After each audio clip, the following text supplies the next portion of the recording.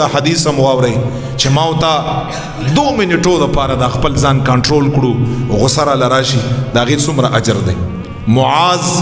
ابن جبل رضی الله عنه او دا کوم حدیث مبارک چې زار توایم امام ترمذی په ترمذی کې دا حدیث مبارک باب الصلہ په هغه کې روایت کړی دی. امام ابو داود په ابو داود کې دا حدیث مبارک چې په صحیح ستو کې په 4 نمبر باندې دی په هغه کې دا حدیث مبارک روایت کړی دی. راوی دی سیدنا معاذ ابن جبل رضی الله تعالی عنہ. دا حدیث واوري په انسان باندې غونه ببرشي د غصې په ضبط کې. معاذ ابن جبل فرمای پیغمبر علیہ الصلوۃ والسلام مبارک او فرمایل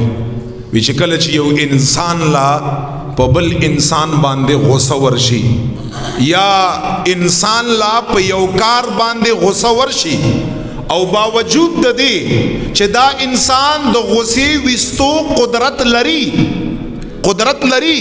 چې په انسان باندې غصه وباسي او په دغه کار باندې غصه وباسي قدرت لري هغه ته دا پاور او طاقت شته چې غصه وباسي. خو معاذ ابن جبل فرمایي چې باوجود د قدرت نم چې قدرت یې شته او دا انسان په غصه باندې کنټرول وکا صرف د الله د رضا دپاره صرف د رسول الله مبارک د رضا دپاره دا خپل غصه کنټرول کا.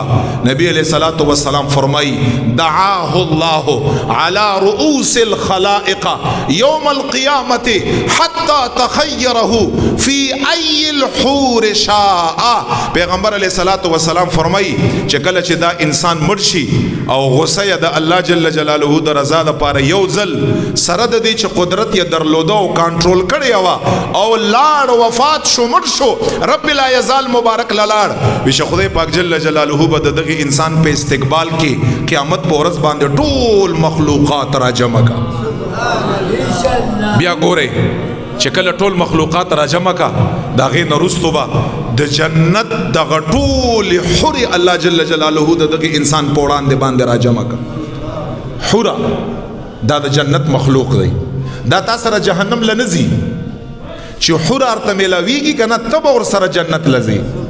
دا تاسو سره جهنم لنزي. نو گویا کې دغه حدیث نه دا دویمه خبرم ثابتېږي ټولي حوري به ورته الله جل جلاله را جمع کو بیا به ورته فرمایي حتی تخیره بیا به خدای پاک جل جلاله دل اختیار وکا فی ای صورت الحور شاء. رب ورته فرمایي اے صاحبہ یو ځل په دنیا کې زما د رضا لپاره غصه ضبط کړي وا کنټرول کړي دا وا نن تا ته اختیار د قیامت ورځ دا ټول مخلوقات مارته را جمع کړي دي چې دغه جنت په هورو کې کومه هوره اخلي رب ورته فرمایي وای اخلص ما طرف نارته اجازه کومه هوره ستا خوخي. محدثین څه فرمایي چې کله انسان ته هوره وخلی د ټولو نه ښایسته او بهتره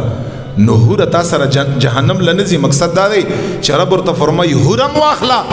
او هوري سره لاړ شه جنت تم داخل شه الله جل جلاله. صرف یو ځل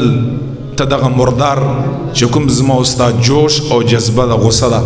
دا کنټرول کړه چې د دې څومره تباکارۍ دي فسادونه یې دي نقصانات یې دي خدای پاک جل جلاله به زما استا په معاشره کې دا ټول ختم کا ان شاء الله ټول به ختم کا.